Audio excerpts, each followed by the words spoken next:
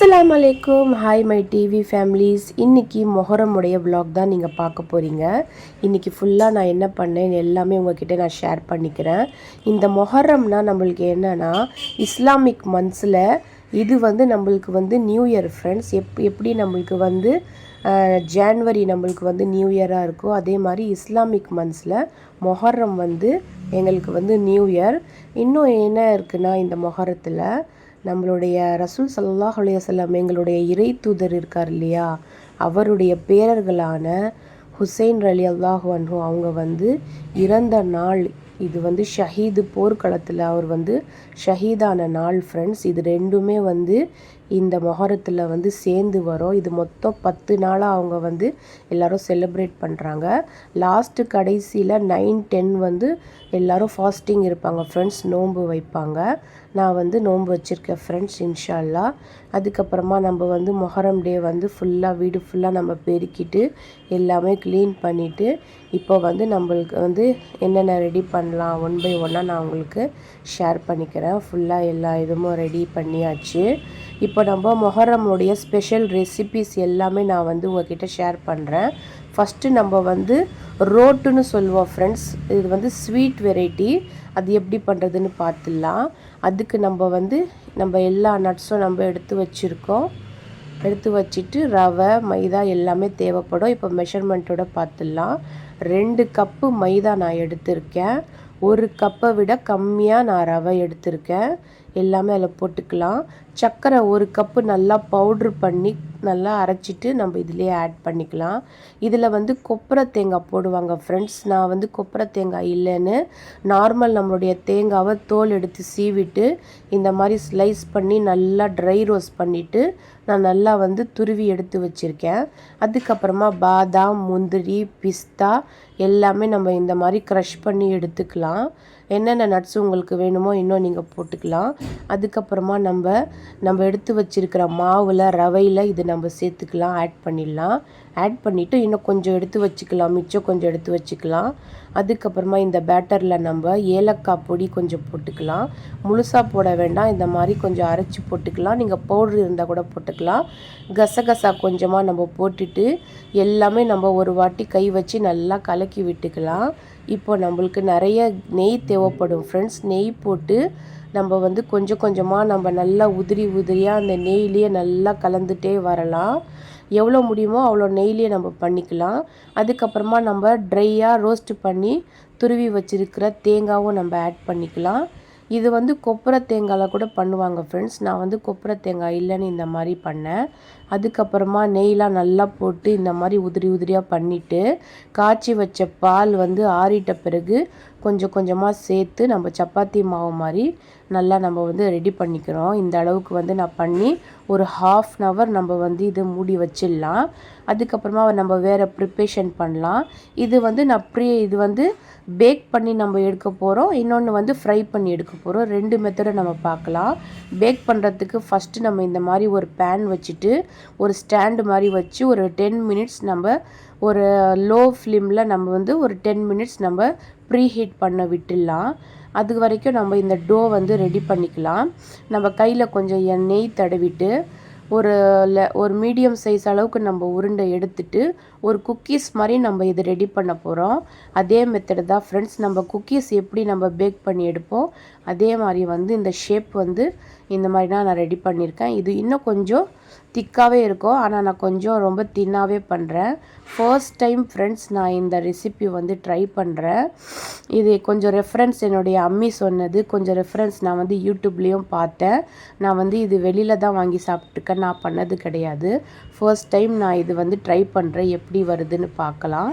அதுக்கப்புறமா இந்த மாதிரி ரெடி பண்ணிவிட்டு இது நம்ம கார்னிஷ் பண்ணணும். இதுக்கு மேலே கொஞ்சம் கசகசா போட்டுடலாம். இது மெயின், இதோடைய ரெசிபி கசகசாவும் ரவையோ தான் நம்மளுக்கு மெயினாக இருக்கும். இதுவே நிறைய வெரைட்டியாக செய்கிறாங்க ஃப்ரெண்ட்ஸ். நான் இந்த ட்ரை பண்ணியிருக்கேன், பார்க்கலாம் எப்படி வருதுன்னு. அதுக்கப்புறமா நம்ம எடுத்து வச்சுருந்த ட்ரை நட்ஸில் கொஞ்சம் போட்டுடலாம். இந்த மாதிரி சாரப்பருப்பும் கொஞ்சம் போடலாம், நல்லாயிருக்கும் ஃப்ரெண்ட்ஸ். சாப்பிடும்போது நல்லா ப்ரெஸ் பண்ணி விட்டுடலாம். அது நல்லா ஈரமாக இருக்கிறதுனால நம்மளுக்கு நல்லா அது ப்ரெஸ் ஆகி உட்காந்துடும். அதுக்கப்புறமா இந்த மாதிரி பேக் பண்ணுறதுக்கு ஒரு அலுமினியம் பிளேட்டில் கீ தடவி நான் எடுத்துக்கிறேன். எனக்கு அந்த கேக் பண்ணுற அந்த இது என்கிட்ட மோல்டு கிடையாது. அதனால் இந்த மாதிரி நான் பிளேட்டில் ரெடி பண்ணிவிட்டு அந்த ரெடி பண்ண ரோட் எல்லாமே அதில் வச்சுட்டு அந்த பேன் மேலே வச்சுட்டு நல்லா நான் க்ளோஸ் பண்ணிவிட்டு 20 மினிட்ஸ் நான் விட்டுறேன். அது வரைக்கும் நம்ம பேனில் எப்படி ஃப்ரை பண்ணலான்னு பார்க்கலாம். பேனில் கீ போட்டுக்கலாம். கீ போட்டுட்டு நம்ம ரெடி பண்ணி வச்சுருந்த எல்லாமே இதில் ஆட் பண்ணிவிட்டு சிம்மில் மூடி வச்சிடலாம். வேறு எதுவுமே இல்லை ஃப்ரெண்ட்ஸ், வேலை இது. எப்படியும் ஒரு 10 மினிட்ஸ் வரைக்கும் நம்ம சிம்மில் விட்டுட்டு அதுக்கப்புறமா நம்ம திருப்பி போட்டோன்னா பின்னாடி வந்து நல்லா கலர் மாறி இருக்குது. இதே மாதிரி முன்னாடியே கொஞ்சம் மாறட்டும். இன்னும் கொஞ்சம் கீ போட்டுட்டு நம்ம இதை வந்து க்ளோஸ் பண்ணி விட்டுடலாம். ஒரு 5 மினிட்ஸ் வரைக்கும் நம்ம விட்டுட்டு எப்படி வருதுன்னு நம்ம பார்க்கலாம். அதுக்கப்புறமா 5 மினிட்ஸ் கழித்து ஓப்பன் பண்ணோன்னா நம்மளுக்கு வந்து நல்லா வந்து இது ரெடி ஆயிடுச்சு ஃப்ரெண்ட்ஸ். சூப்பராக. இது வந்து நம்ம ரோட்டுன்னு சொல்லுவோம். இது ரவையில் செய்யக்கூடிய ஒரு ஸ்வீட் ரெசிபி. இதுக்கு வேறு என்ன பேர் இருக்குதுன்னு எனக்கு தெரியல. அதுக்கப்புறமா நம்மளுக்கு வந்து சூப்பராக நம்மளுடைய ரோட்டு வந்து ரெடி ஆயிடுச்சு ஃப்ரெண்ட்ஸ். அதுக்கப்புறமா நம்ம பேக் பண்ணது எப்படி வருதுன்னு நம்ம பார்க்கலாம். 10 மினிட்ஸ் கழித்து நம்ம ஓப்பன் பண்ணோடனே இந்த மாதிரி வந்து நல்லா சூடாக இருக்குது, தொடவே முடியல. சூப்பராக நம்மளுக்கு வந்து பேக்காகி வந்துடுச்சு பாருங்கள். ஆனால் கொஞ்சம் டைம் அதிகமாக எடுத்துக்குது. ஆனால் சூப்பராக நம்மளுக்கு வந்து ரெடி ஆயிடுச்சு. அதுக்கப்புறமா நம்ம இன்னொரு ரெசிபி தூத் கா ஷர்பத் பால் போட்டு செய்கிற ஒரு ரெசிபி ஃப்ரெண்ட்ஸ். அதை ரெடி பண்ணிக்கலாம். அதுக்கு 1 லிட்டர் பால் நான் காய்ச்ச வச்சுருக்கேன்.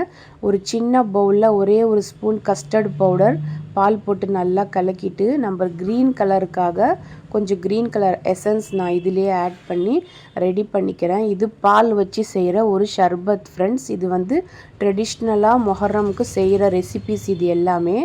அதுக்கப்புறமா நம்ம பால் கொதிச்சிட்டு இருக்கிற வரைக்கும் ஒரு பேனில் கீ போட்டுக்கலாம். நம்மளுக்கு தேவையான எல்லா நட்ஸும் ஆட் பண்ணிக்கலாம். பாதாம், முந்திரி, பிஸ்தா, கொஞ்சம் ஏலக்காய் பவுடர், அதுக்கப்புறமா சாரப்பருப்பு எல்லாமே இதில் போட்டு கீழே நல்லா நம்ம ரோஸ்ட் பண்ணி வச்சுக்க போகிறோம். வச்சுக்கிட்டு அதுக்கப்புறமா பால் இப்போ கொதித்து வந்துடுச்சு. இதில் நம்மளுக்கு எவ்வளோ ஸ்வீட் தேவைப்படுமோ அந்த அளவுக்கு நம்ம சர்க்கரையும் ஆட் பண்ணிக்கலாம். ஆட் பண்ணிவிட்டு நல்லா நம்ம கொஞ்சம் நேரம் கலந்து விட்டுட்டு நல்லா கொதித்து வரும்போது நம்ம ரெடி பண்ணி வச்சுருந்த இந்த கஸ்டர்ட் பவுடரும் அந்த கலர் எசன்ஸும் சேர்த்து நல்லா நம்ம வந்து கலந்து விட்டுக்கலாம். இன்னும் கொஞ்சம் நேரம் நம்ம கொதிக்க விட்டுட்டு நம்ம ட்ரை ரோஸ்ட் பண்ணி வச்ச எல்லா நட்ஸும் இதில் ஆட் பண்ணிவிட்டு நம்ம ஸ்டவ் ஆஃப் பண்ணிட போகிறோம். அவ்வளோதான் ஃப்ரெண்ட்ஸ், நம்மளுடைய தூத் கா ஷர்பத் ரெடி ஆயிடுச்சு. இது வந்து இன்னும் கொஞ்சம் கலர் நான் கம்மியாக இருந்துச்சு, நான் கலர் கொஞ்சம் ஆட் பண்ணிக்கிட்டேன். எல்லாம் ரெடி பண்ணிட்ட பிறகு இது ஆறிட்ட பிறகு நான் என்ன பண்ணுறேன் ஃப்ரெண்ட்ஸ், கொஞ்சமாக வந்து சப்ஜா சீட்ஸும் நான் வந்து இதில் போட்டுக்கிறேன். சப்ஜா சீட்ஸ் வந்து கொஞ்சம் நேரம் நம்ம தண்ணியில் ஊற வச்சுருக்கோம், அதை நம்ம ஆட் பண்ணிக்கலாம். அவ்வளோதான் ஃப்ரெண்ட்ஸ், இந்த தூத் கா ஷர்பத் ரெடி ஆகிடுச்சு. இன்னொரு ஷர்பத் வந்து நம்ம வெள்ளத்தில் பண்ணுறது. 1 கப் வெள்ளத்தில் கொஞ்சமாக தண்ணி போட்டு நம்ம ஃபஸ்ட்டு இது வந்து நல்லா இது மெல்ட் ஆக விட்டுடலாம். மெல்ட் ஆகிட்ட பிறகு இன்னும் கொஞ்சம் தண்ணி ஆட் பண்ணலாம். ஒரு லெமன் மட்டும் நான் புழிஞ்சிக்கிறேன். நிறைய பேர் லெமன் ஆட் பண்ண மாட்டாங்க. நாங்கள் வந்து லெமன் ஆட் பண்ணி தான் ஃப்ரெண்ட்ஸ் இது கூடு கா ஷர்பத் நாங்கள் பண்ணுவோம். தண்ணி நல்லா நம்ம எவ்வளோ வேணுமோ அந்த அளவுக்கு ஆட் பண்ணிவிட்டு சோம்பு 1 ஸ்பூன் நம்ம பவுட்ரு பண்ணி வச்சுருக்கோம். அந்த சோம்பு இதில் ஆட் பண்ணிவிட்டு இதுலேயும் கொஞ்சம் சப்ஜா சீட்ஸ் நான் ஆட் பண்ணிக்கிறேன். அவ்வளோதான் ஃப்ரெண்ட்ஸ், இது ரெடி ஆகிடுச்சு. இது ரொம்ப சிம்பிள் தான். அதுக்கப்புறமா ரொம்ப டேஸ்ட்டாக இருக்கும் ஃப்ரெண்ட்ஸ். நானும் வந்து எல்லா வேலை முடிச்சுட்டு ரெடி ஆகிட்டு வந்துட்டேன். இதுதான் ஃப்ரெண்ட்ஸ் என்னுடைய அவுட்ஃபிட். நல்லா காட்டனில் 3 பீஸ் குர்த்தி வந்து நான் வேர் பண்ணியிருக்கேன். இப்போ வந்து லாஸ்ட்டு ஃபைனல் கார்னிஷ் வந்து ரோஸ் பெட்டல்ஸ் வந்து தூத் கா ஷர்பத்லேயும் இந்த லெமனுடைய கூடு ஷர்பத்லேயும் நான் கொஞ்சம் ஆட் பண்ணிக்கிறேன் ஃப்ரெண்ட்ஸ். அதுக்கப்புறமா வந்து இப்போ வந்து ஐஸ் க்யூப்ஸ் கொஞ்சம் போட்டுக்கலாம். இந்த ரெசிபி வந்து நம்ம சூடாக செஞ்சால் கூட நல்லா ஆறிட்டு சில்லுன்னு குடித்தாதான் ஃப்ரெண்ட்ஸ் நல்லாயிருக்கும். அதனால் நான் வந்து இதில் ஐஸ் க்யூபை கொஞ்சம் ஆட் பண்ணிக்கிறேன். இந்த தூத் கா ஷர்பத்லேயும் அந்த கூடு கா ஷர்பத்லேயும் நான் ஆட் பண்ணிக்கிறேன். இது எல்லாமே வந்து நம்ம ட்ரெடிஷ்னலாக பண்ணுற மெத்தட். கொஞ்சம் மெத்தடை தான் மாறி இருக்கோம் ஃப்ரெண்ட்ஸ், மற்றது எல்லாமே இதே தான். அதுக்கப்புறமா இப்போ நான் காட்டுறது வந்து ஒரு சர்க்கரையில் செய்கிற ஒரு ஸ்வீட் ஃப்ரெண்ட்ஸ். இது வந்து ரெடிமேடாக வெளியில் கிடைக்கும். இது நொஹல்னு நாங்கள் சொல்லுவோம். தமிழில் என்ன இதுக்கு பேருன்னு எனக்கு தெரியல. அதுக்கப்புறமா இதில் அவல், அதுக்கப்புறமா உடைச்ச கடலை எல்லாமே சேர்த்து நம்ம வந்து இது வந்து ஃபாத்தியா மாதிரி நாங்கள் பண்ணுவோம். எங்கள் மாமியாருக்கு இதுக்கு ரொம்ப பிடிக்கும் ஃப்ரெண்ட்ஸ். நாங்கள் அவங்கள தான் ரொம்ப மிஸ் பண்ணுறோம். இந்த நொஹல் வாங்கிட்டு வந்து ஃபாத்தியா பண்ணி எல்லாருக்கும் ஷேர் பண்ணி கொடுக்கறது எங்கள் மாமியாருக்கு ரொம்ப பிடிக்கும். அவங்கள தான் நாங்கள் இந்த நேரத்தில் வந்து ஞாபகம் பண்ணிகிட்டு இருந்தோம், நானும் என்னுடைய ஹஸ்பண்டும். அதுக்கப்புறமா எல்லாமே ரெடி பண்ணிவிட்டு நம்ம ஃபாத்தியாக்காக ரெடி பண்ணிட்டோம் ஃப்ரெண்ட்ஸ். எல்லாமே ஒன் பை ஒன்னாக எடுத்துகிட்டு வந்து நான் வச்சிட்டு இருந்தேன். என்ன தான் மாமியார் மருமகளுக்குள்ளே ஒரு ஒரு சண்டை சச்சரவு இருந்தாலும் எங்கள் மாமியாருக்கும் எனக்கும் ஒரு நல்ல ஒரு பாண்டிங் இருந்துச்சுன்னா இந்த டைமில் நாங்கள் வந்து அவங்கள ரொம்ப மிஸ் பண்ணோம். அந்த ஃபாத்தியா பண்ணுற நேரத்தில் மொஹரம் டைமில் எல்லாமே எங்கள் மாமியார் வந்து ரொம்ப பிடிக்கும் அவங்களுக்கு. இந்த மாதிரிலாம் பண்ணிகிட்டு இருக்கும்போது அவங்கள தான் நாங்கள் ரொம்ப மிஸ் பண்ணிகிட்டு இருந்தோம். எல்லாம் முடிச்சுட்டு நாங்கள் வந்து அந்த ஒரு ட்ரெடிஷ்னலாக எங்கள் இதில் வந்து இந்த மாதிரி ஒரு மேளா வந்து ஒரு சந்தை மாதிரி போடுவாங்க ஃப்ரெண்ட்ஸ். அந்த டைமில் வந்து சந்தை மாதிரி போடுவாங்க. அதெல்லாம் பார்த்துட்டு அதுக்கப்புறமா பஞ்சான்னு சொல்லுவோம். அது ஒரு ட்ரெடிஷ்னலான ஒரு மெத்தட் அது. அதெல்லாம் பார்த்துட்டு வரலான்னு சொல்லி நாங்கள் கிளம்பிட்டோம். நைட் வந்து டின்னர் முடிச்சுட்டு ஃபாஸ்டிங்லாம் நாங்கள் ஓப்பன் பண்ணிவிட்டு டின்னர் முடிச்சுட்டு கிளம்பிட்டோம். இது வந்து எங்கள் அம்மா வீட்டு சைடில் வந்து ஃபுல்லாக இந்த மாதிரி சந்தை மாதிரி போட்டிருந்தாங்க. எல்லாமே நாங்கள் போய் பார்த்துட்டு இருந்தோம். எல்லாமே வந்து ட்ரெடிஷ்னலாக பண்ணி முடித்தாச்சு. அங்கேயும் வந்து கொஞ்சம் கூடுக்கா ஷர்பத் வந்து அந்த வெள்ளத்தில் செஞ்ச ஷர்பத் வந்து எல்லாருக்கும் நாங்கள் அங்கே கொடுத்தோம் ஃப்ரெண்ட்ஸ். இது வந்து எங்கள் அம்மா ரெடி பண்ணியிருந்தாங்க. அதுக்காக வந்து எல்லாருக்கும் நம்ம வந்து கிளாஸில் போட்டு அங்கே கொடுத்தோம். இதே மாதிரி அவங்களும் வந்து நிறைய பேர் இதே மாதிரி அவங்க மனசில் ஏதாச்சும் நினச்சிருந்தாங்கன்னா அது நிறைவேறிச்சுன்னா இந்த மாதிரி நாங்கள் கொடுக்குறோன்னு எல்லாரும் வந்து ஒரு நியத் பண்ணிப்பாங்க. அந்த மாதிரி பண்ணவங்க வந்து இதே மாதிரி ஷர்பத்து ஜூஸ் எல்லாமே வந்து எல்லாருக்கும் கொடுப்பாங்க. அதே மாதிரி வந்து நாங்கள் கொடுத்தாச்சு. எல்லாம் முடிச்சுட்டு எல்லாமே வந்து வீடியோ பிடிச்சிட்டு இருந்தோம். என்னென்ன வந்து விற்றுட்டு இருந்தாங்க எல்லாமே. இது எல்லாமே சின்ன வயசில் ஓல்டு மெமரிஸ் எல்லாமே எனக்கு ஞாபகம் வந்துச்சு. இந்த மாதிரி தான் நாங்கள் வந்து போயிட்டு வந்துட்டுருப்போம்.